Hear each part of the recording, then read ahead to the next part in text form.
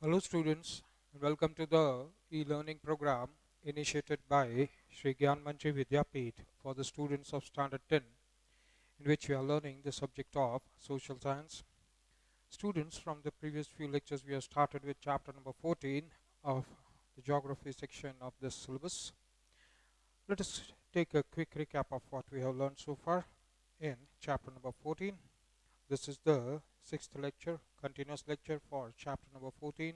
Name of the chapter is Transportation, Communication and Trade. The larger part of this chapter is regarding the transportation, and we have quite a lot of information on communication and trade. So let us take a quick recap.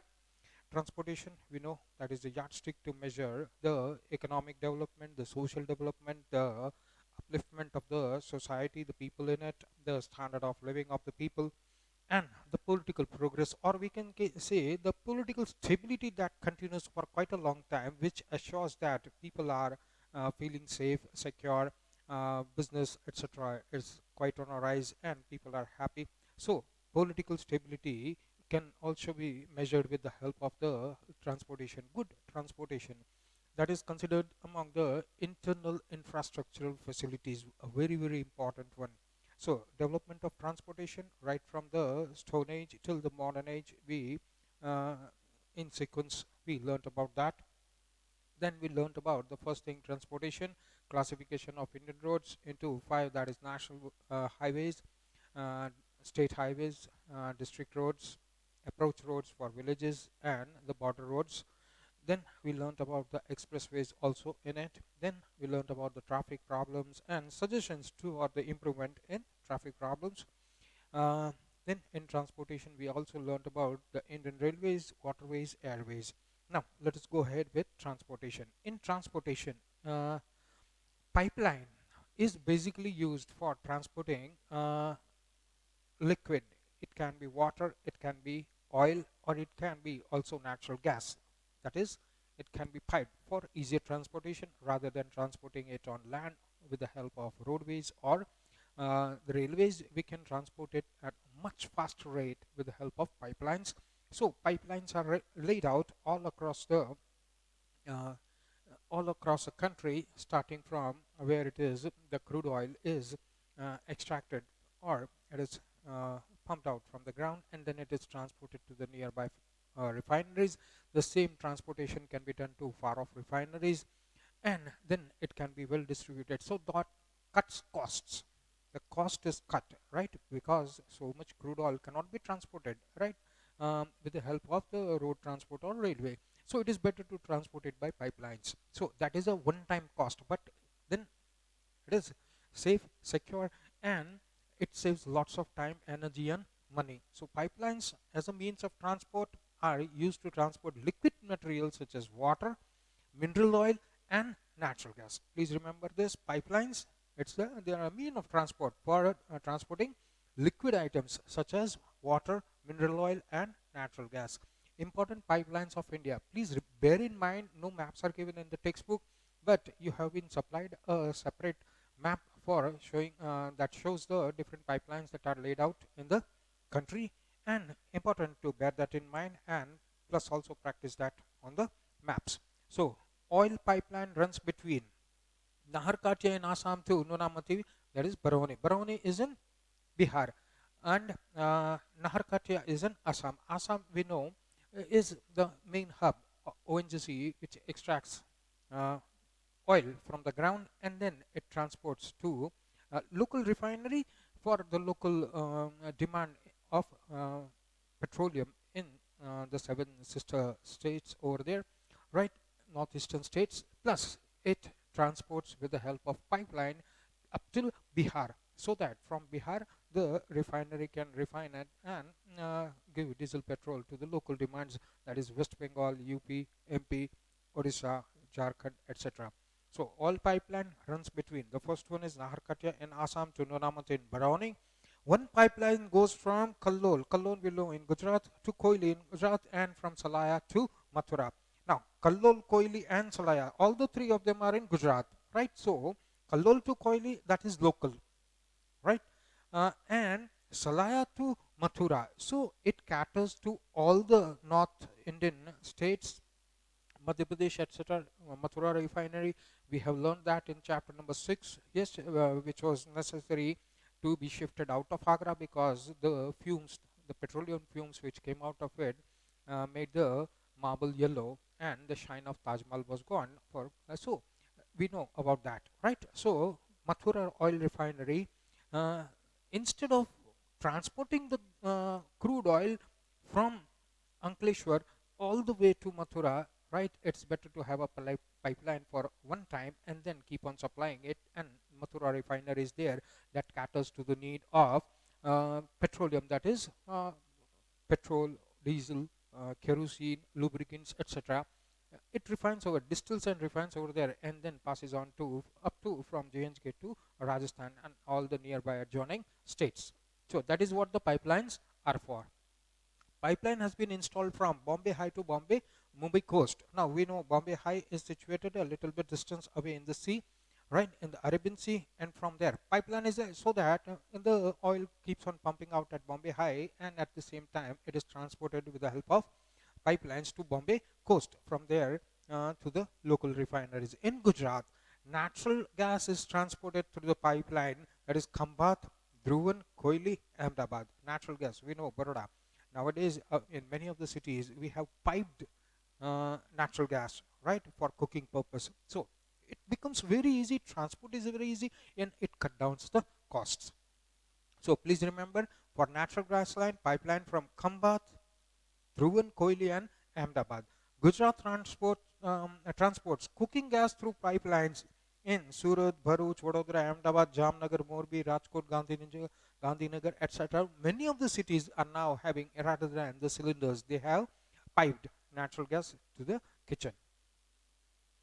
Ropeways, it still comes in the category of transportation. Yes, ropeways are used in hilly regions to carry people and goods where no other means of transport is usable.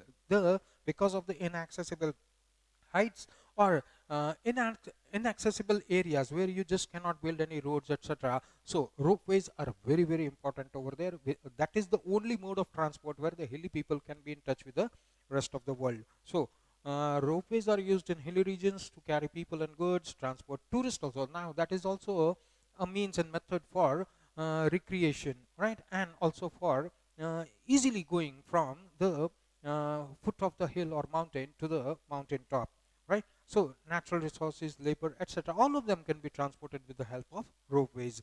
The ropeways connect land to summits of the mountains or uh, summits of two mountains. From one mountain to another we can have a ropeway, or from the bottom of the hill or mountain to the somewhere on the top summit. So this becomes not only the definition, but it also helps in understanding why a ropeway is there. There are about 100 ropeways. Yes, India is quite a vast country and it has lots of altitudes and the mountain peaks. So at many places ropeways are built for the necessity of the people, the tourists, also to transport goods, materials, natural resources, etc. People are living over there. They need all the things that we need on over here on plain area. Ropeways can be seen in Darjeeling. For example, Darjeeling is a hotspot for the tourists. Same with Kulu Manali, hotspot. Cherrapunji. Yes, there are quite a lot of heights. So people need that ropeway to go to their homes, to their towns that are situated on the top of the hills. And in North India also. In South, there is a ropeway between Chennai and the Malay Mountains, quite famous one. The ropeway series in Gujarat are available at Pavagadh, Saputara, and Ambaji. Now, the ropeway work is almost finished in these places, and people can enjoy the ride. Work for ropeway has started in Ginnar. Even that has been completed, or it's almost about to complete. That is in Junagadh. Advantages and uses of transportation. Now we know transportation, it has its advantages, yes, but very few disadvantages. Same way, what are the uses of transportation? Transportation helps in maximum utilization of uh, maximum utilization for natural resources of the country. Transportation helps in passing the natural resources that are found in abundance in one place, but then they have to be distributed in the remaining places. So transportation is mainly utilized to distribute the natural resources to various places in a country. It helps the industry to obtain raw material from faraway places and bring them to their industry and distribute finished product all over the country. Transportation makes people's lives better possible, waste use of capital and the use of labor and machines, and plus it is very helpful for transporting people also. We get specialization in production and other economic activities. It helps in administration and defense of the nation. Very important. Transportation becomes quite useful during natural calamities like uh, earthquake, droughts, floods. Yes, transportation becomes very easy. In very short time we can reach over there and do the relief work, save, rescue people. So in this way transportation is very helpful for us. It helps in transporting goods from the rural area where it is made, for example, agriculture products, to the urban area and vice versa. Lots of factories are there in the urban areas and they distribute the products in the rural area, thus giving benefits to all other parts of the nation. Due to development of transportation, decentralization of industries become possible. Now, what do we understand by decentralization of industry? For example, iron ore is available in one part of the country, and just next to the iron ore, we have the iron and steel industry, and rest of the industries are situated over there, which needs iron and steel as raw products, as a raw material to make the finished products. Now, other parts of the country cannot have industrialization which are related to iron and steel because it's available only there. So transportation helps in decentralizing. That means the same type of industries can be located in n number of places in the country, far off places, because iron and steel which is produced from iron can be transported all over to the country and people can use that as a raw material to make finished products out of iron and steel. So that industry, iron and steel, is not centralized at one place. Everybody gets the benefit of it. For example, this backward areas of the nation also gets developed because in backward area you do not have that raw material available, you do not have electricity, you do not have the manpower, so industries don't go over there and people cannot develop because no industry is over there. So if an industry is developed, it needs raw material. So with the help of transportation, it gets the raw material and this work is available for all and development happens. It promotes tourism. Of course, tourism mainly dependent on the transportation. Easy transportation, people welcome it and they use it quite frequently. It increases national and international trade. It increases globalization because of transportation. For example, the ships and steamers and airlines, they take our goods from India and make it available to the rest of the world. The same way from many parts of the world we import things. So that is because of the transportation. The speedier the transportation, the better availability of goods is there. So it not only uh, boosts exports and imports, but it is also useful for globalization. Now we come to the second part of the chapter, that is communication. Communication and its advancement in India. Now, what is communication? We'll understand first the process and arrangement to send or to collect information from one place to another is called communication. This becomes the definition of communication as per the book. So the process and arrangement, the process with which it goes through and the arrangement with which we can uh, get information or give information. That means we can collect information or we can send information from one place to another. That is called communication. Now, we use mobile phones now. That is a device. So that is the process with which information is passed from one to another. It has to go through the process. Yes, we got to have a mobile phone. We got to have a SIM card in it. Yes, and uh, then we use the phone to transfer information, one file to somebody else's phone, that is another place. It goes through a process. It goes to the uh, it goes through the process. So the message or the file is sent from you to somebody else. So that is the process. And what are we doing? All of the time we are managing the arrangement. That means the mobile device is the sender, the receiver, right? So all that becomes the arrangement to send information from one place to another, and that's called communication. Faster, far-reaching, and efficient communication is the most important keys for economic development. Faster means of communication, reliable means of communication, far-reaching and efficient. That means the working conditions of that whole of the system should be so good that it makes the work better, and we can have quite a good lot of economic development.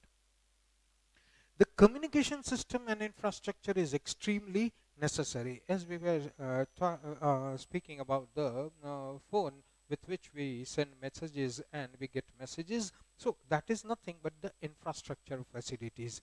Yes, we have a mobile phone, but we don't have a tower. Yes, we have a tower, but there is no electricity over there to pass on the message or boost the message to from one part to another part. At the other end, the system is not working properly, right? The exchange is not working properly, or there is some problem in the tower. So though we have sent the message on time, but it is not received over there on time. So the communication system and the infrastructure is extremely necessary, useful. Yes, it should be useful and desirable, not in daily life, but business transactions, etc., but also for relief and rescue work.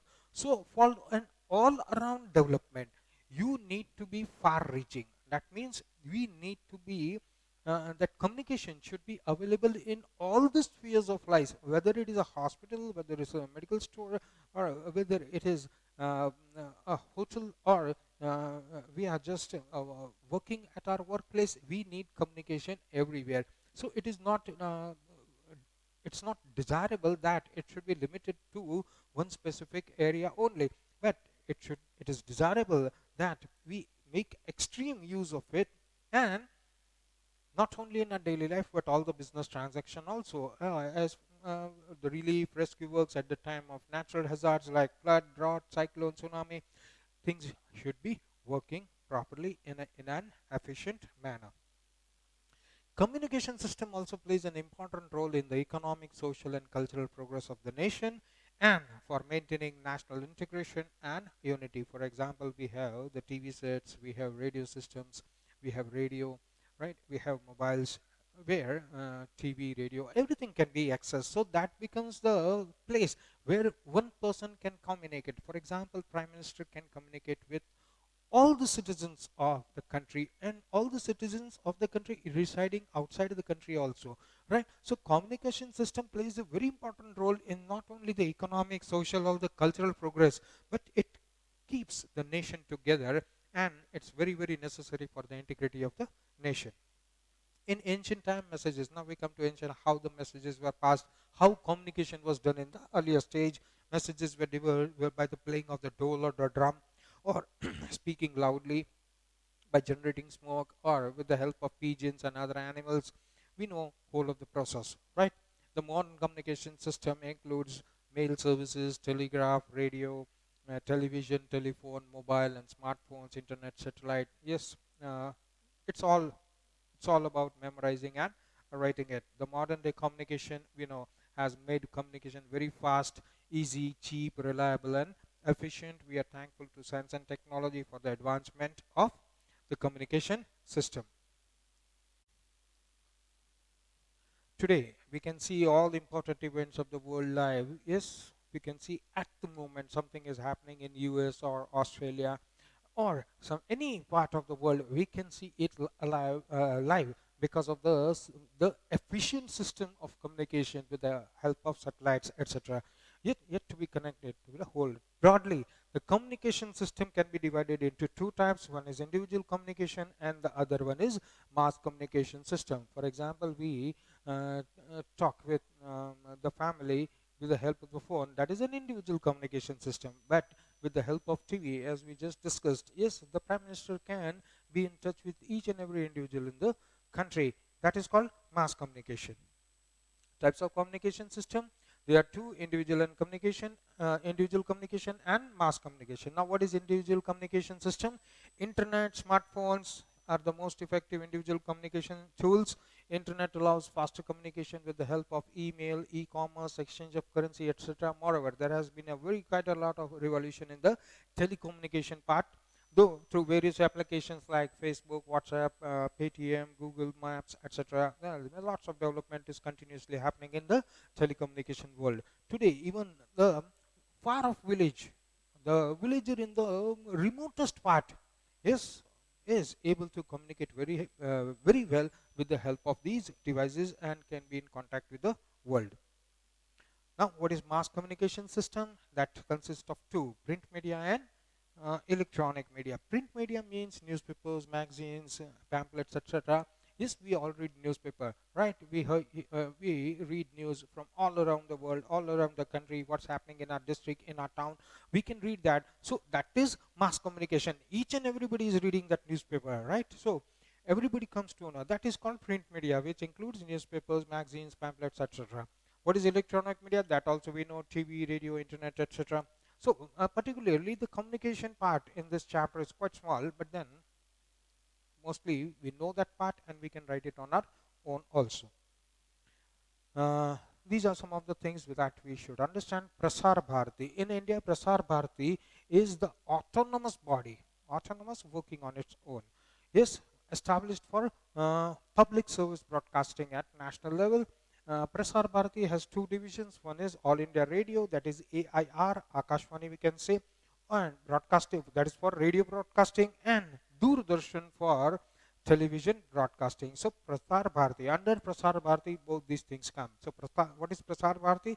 It's an autonomous body established for public service broadcasting. Now, public service broadcasting will be both types, radio and TV, right? So if it is radio, that is All India Radio, that we can say AIR, or it is Akashvani or Doordarshan, which we usually call DD channels, right? So television broadcasting.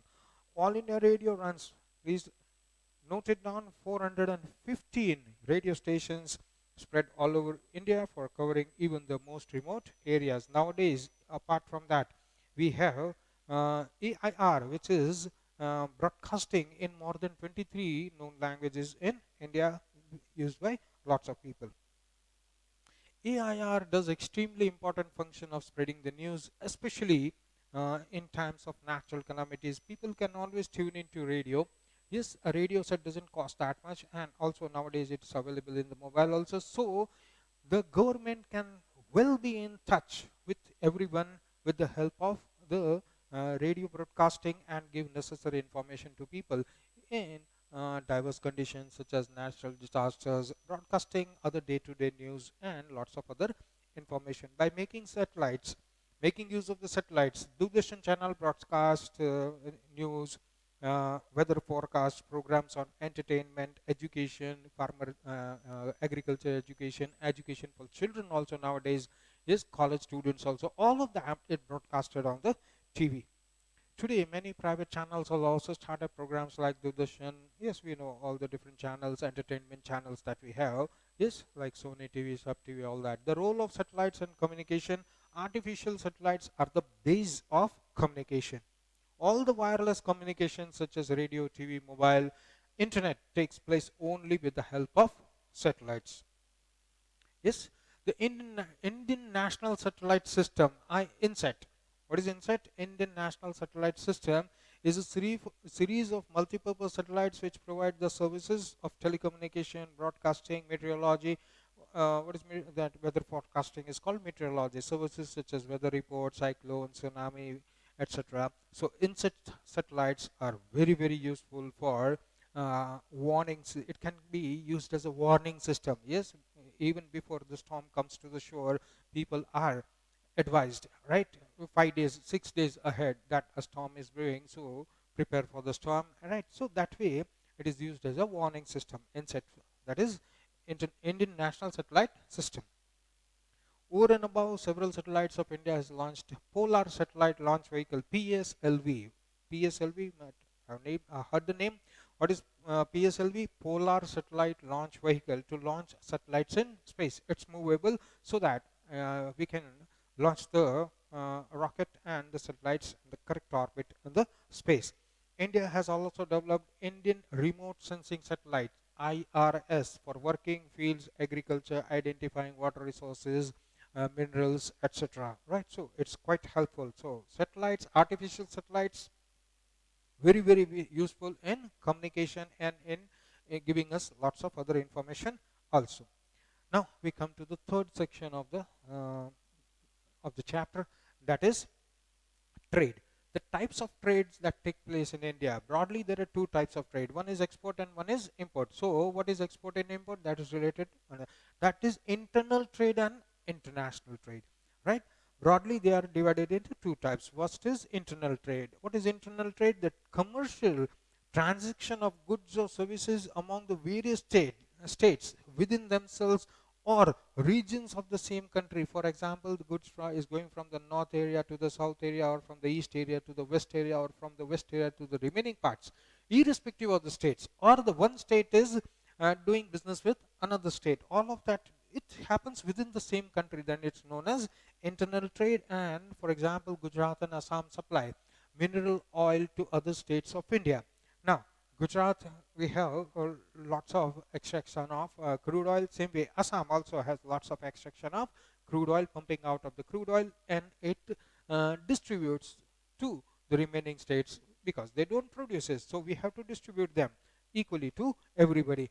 Same way, West Bengal also supplies coal to Gujarat. We do not. We have a huge demand of coal in Gujarat, but we do not produce that much sufficient coal. We do not have the reserves, whereas West Bengal has quite a lot of reserves of coal. So they give us coal. We buy coal from them, right? We are buying and they are selling. So that is trade. But it happens inside the country, so it's known as internal trade. Commercial transaction. What is international trade? The commercial transaction of goods or services among the other countries of the world is known as international trade. For example, uh, Japan, it does not have much of raw material because they are whole of the Japan country. It's divided into two small islands and they do not have enough raw material. So they buy iron ore from us. So we extract iron ore and then load it up into huge ships, and then the ships sail towards Japan and Japan gets the iron ore. So we are doing business with Japan. We are selling them iron ore. That is an international trade because when we are selling, they will have to give us money, right?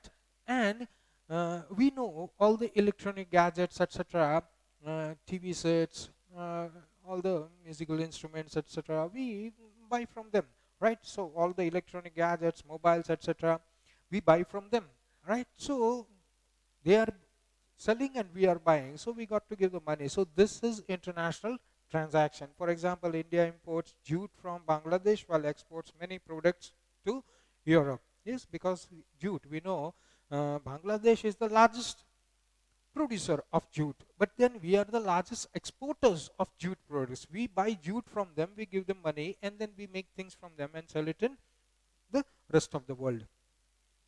International trade can be further divided into two types. Now, when we are talking about international trade, we are either selling something or we are buying something. So, if we are selling, that is called export. If we are buying, that's called import. So, export and import trade. Now, what is import trade? This is the definition. Purchase of goods or services from a foreign country on a commercial basis, that's known as import trade. And what is export trade? For example, India imports. Now, we have lots of places where crude oil is extracted from under the ground, but then that is not sufficient to cope up with the demands of the country. So what do is we import crude oil from lots of other countries, right? So crude oil products, along with crude oil we also buy oil products. We buy machinery, state of the art machinery produced with the latest with the help of latest science and technology, that we import from outside. Machinery, electronic equipments from foreign countries. Now what is export trade? The sale of goods or services to a foreign country on a commercial basis, not on a friendly basis. Is suppose Bangladesh is going through a drought condition or a flood condition, and we give rice to them on a friendly basis without taking money, so that is not called export. If we do on a commercial basis, that means we are selling and they are buying, then that's called export. India exports jute, tea, that is exporting jute, tea, cotton textile, iron, leather, and leather goods, machinery, engineering goods, etc. India is a vast country with a varied topography that we know. At some places there are mountains regions, whereas as other places coastal plains, deserts. So similarly, diversity is also seen in climate, vegetation, mineral resources, energy resources. There are different crops in every region and also a different difference in industrial output. As a result, there are two types of trade systems in the country: international trade and internal trade. International trade we just understood.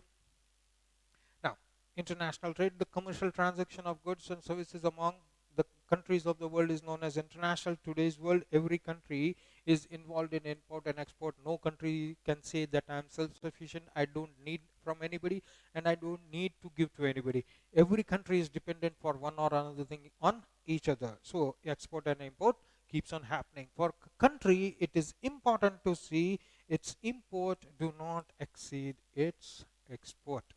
We have seen this equation earlier also. Please remember this, that import is equal to export. Then this is balanced. Import means we have to give money, export means we will be getting money. Now जितना हम खरीदते हैं उतना ही बेचते हैं, then कोई profit नहीं, कोई loss नहीं. It is balanced. Yes, but what is favorable? Exports should be greater than imports, then it is favorable. Yes, because here we are earning money because our exports are more. We don't need that many things, so imports are less. What is unfavorable or negative thing? Imports are greater than exports, then that is negative. Please remember this. Yes, that imports is equal to export.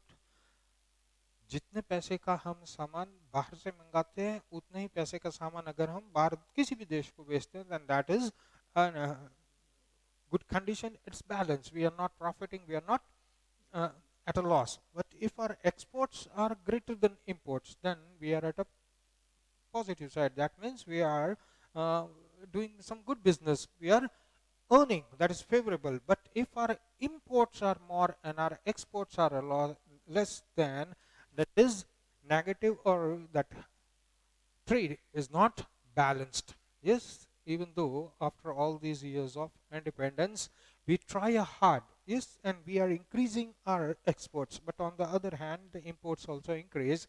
So for a country, it is important to see that the imports do not exceed the exports. If this happens, balance of trade, that is balance between the import and export of the country, will get disturbed. Importing more and exporting less results in decrease of foreign exchange. Whatever foreign exchange reserve that we have, it keeps on going down if we import more and export less. This is also called negative trade. We just understood that.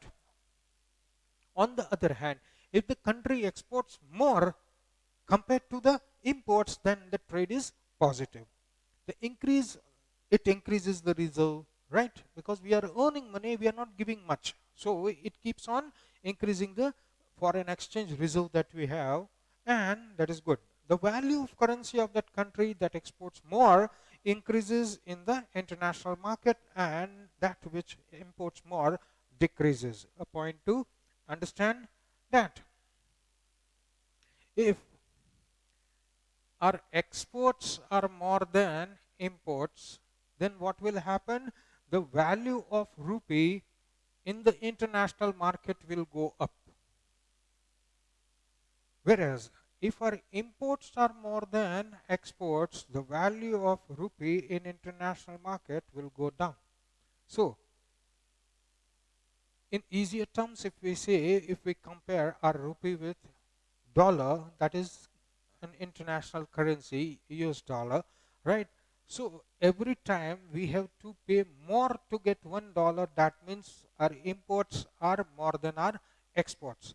And as soon as we have to pay less to buy $1, That means our exports are now increasing and our imports are being restricted, or they are becoming less. So please understand this a little bit so that it becomes easier to understand and put that in your answer. Value of the currency of the country that exports more, it increases in the international market, whereas that which imports more decreases. For example, the currency of America, that is US dollar, is quite high because it does a lots of export, and that too of a very high items such as technological goods, electronic goods, medical equipment, all that thing. So the value is higher. Yes, what does it import? Sometimes it needs wheat or some food stuff that it uh, imports from outside. Now, foodstuffs, the value is going to be less, but it exports lots of industrial products, lots of machinery. Yes, so that is going to be quite high. So, international trade of India, India's international trade has changed drastically after it adopted the liberalization policy in 1991, which we have learned in chapter number uh,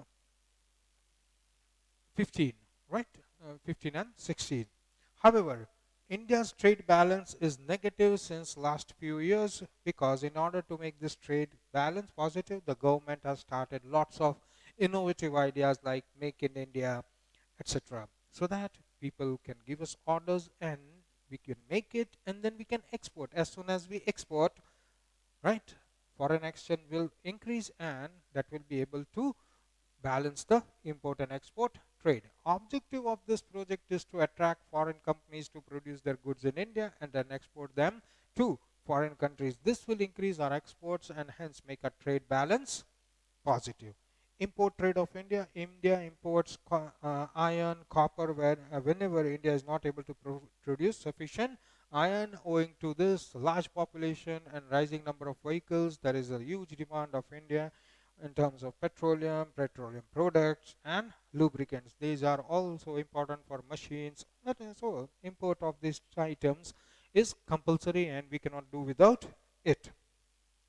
India also imports machines, pearls, gemstones, and edible oils from US, Germany, Russia, Myanmar, Iran, etc. What is the export? What are we exporting?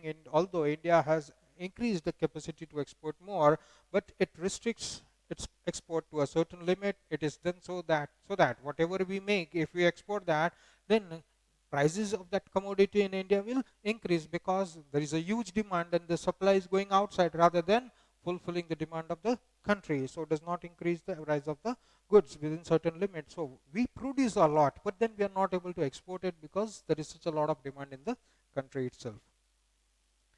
We also import raw material for few things, manufacture some goods from them and then export them back. Our export includes iron ore, minerals, engineering goods such as cycle, fans, sewing machines, cars, railway coaches, computer software, etc. Yes, we also export chemicals related things, gemstones, hide, leather goods, cotton textile, fish and fish products, handicraft, tea, coffee, jute products, ready-made clothes, etc. So we export quite a lot, we import quite a lot, but still the export import balance is not there. We are importing more and exporting less, and so there is always a trade deficit over there, and uh, the value of our rupee is constantly decreasing rather than increasing. So with this, we complete this chapter. Thank you, students. Now, students, let us do some map work. Now, the first is the different trains.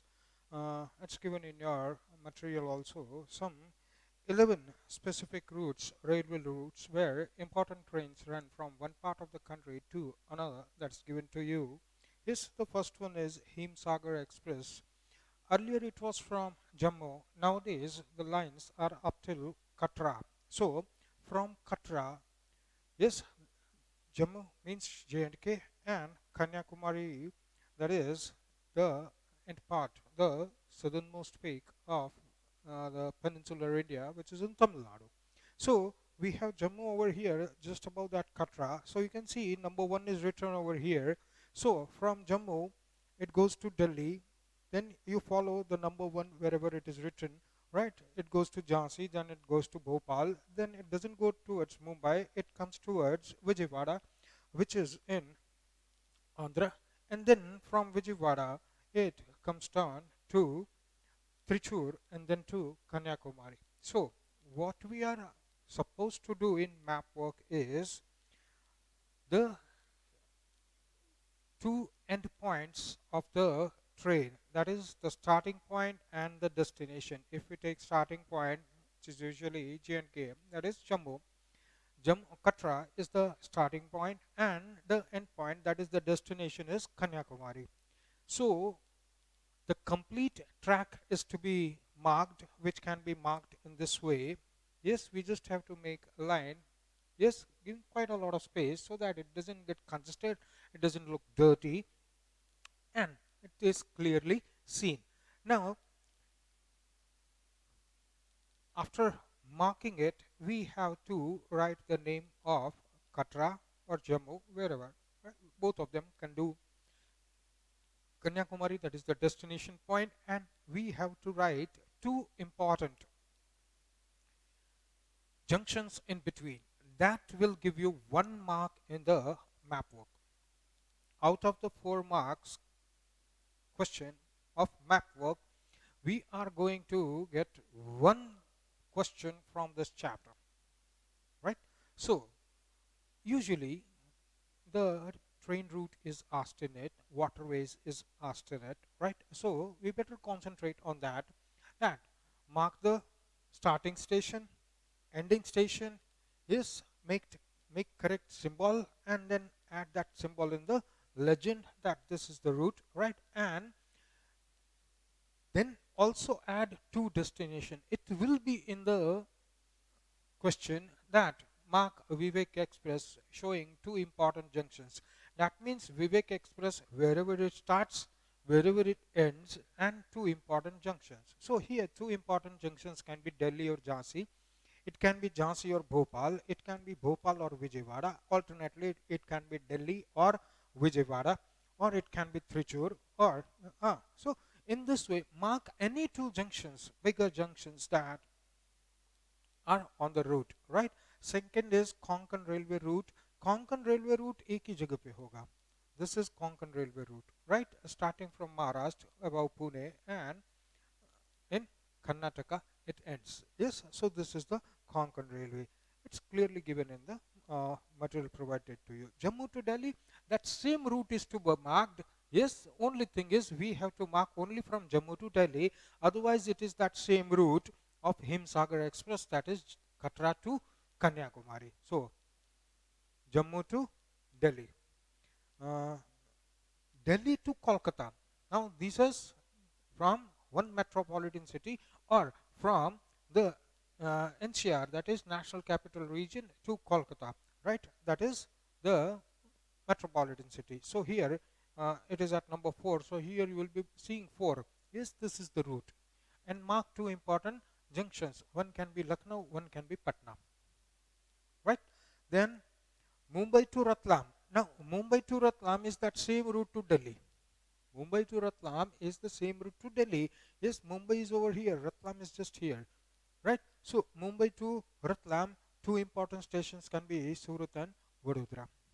Next, Mumbai to Nagpur or Kolkata via Bhusawal. Mumbai is over here, Nagpur is over here. Yes, alternatively we can go from here to here or from here to here, right? So 2 alternate routes are there, both of them can be marked. Mumbai to Delhi, same, via Bhopal. Now there are 2 routes, one is via Ratlam, one is via Bhopal. Yes, Bhopal, Jhansi, this route. So that particular route is asked, and 2 important stations in between. Mumbai to Chennai. Mumbai is here, Chennai is here. Yes, one can be Solapur, other can be Guntakal. Chennai to Kolkata. Now this is Chennai, this is Kolkata. 2 important routes can be Vishakhapatnam, yes, and Vijayawada. Mumbai to Delhi via Jaipur. Yes, it is the same route of Ratlam. It again goes to Jaipur. So you remember few of them. Next in between trains will be running, because Mumbai is the capital of Maharashtra, Jaipur is the capital of Rajasthan. So one train connecting 2 capitals of 2 different states. Vivek Express, yes, Dibrugarh is over here and Kanyakumari is over here. This makes the longest route, railway route in India. So lots of stations are there. Yes, Siliguri is there, Kolkata will be there. We come to Vishakhapatnam, we come to Vijayawada, and then to Chennai, and then it can be Trichur also, Kollam also, and Chennai, Kanyakumari. So in this way, we can easily, by remembering few routes, we can easily remember the railway stations also. We need a little bit of practice to mark the exact route wherever it is taking a curve.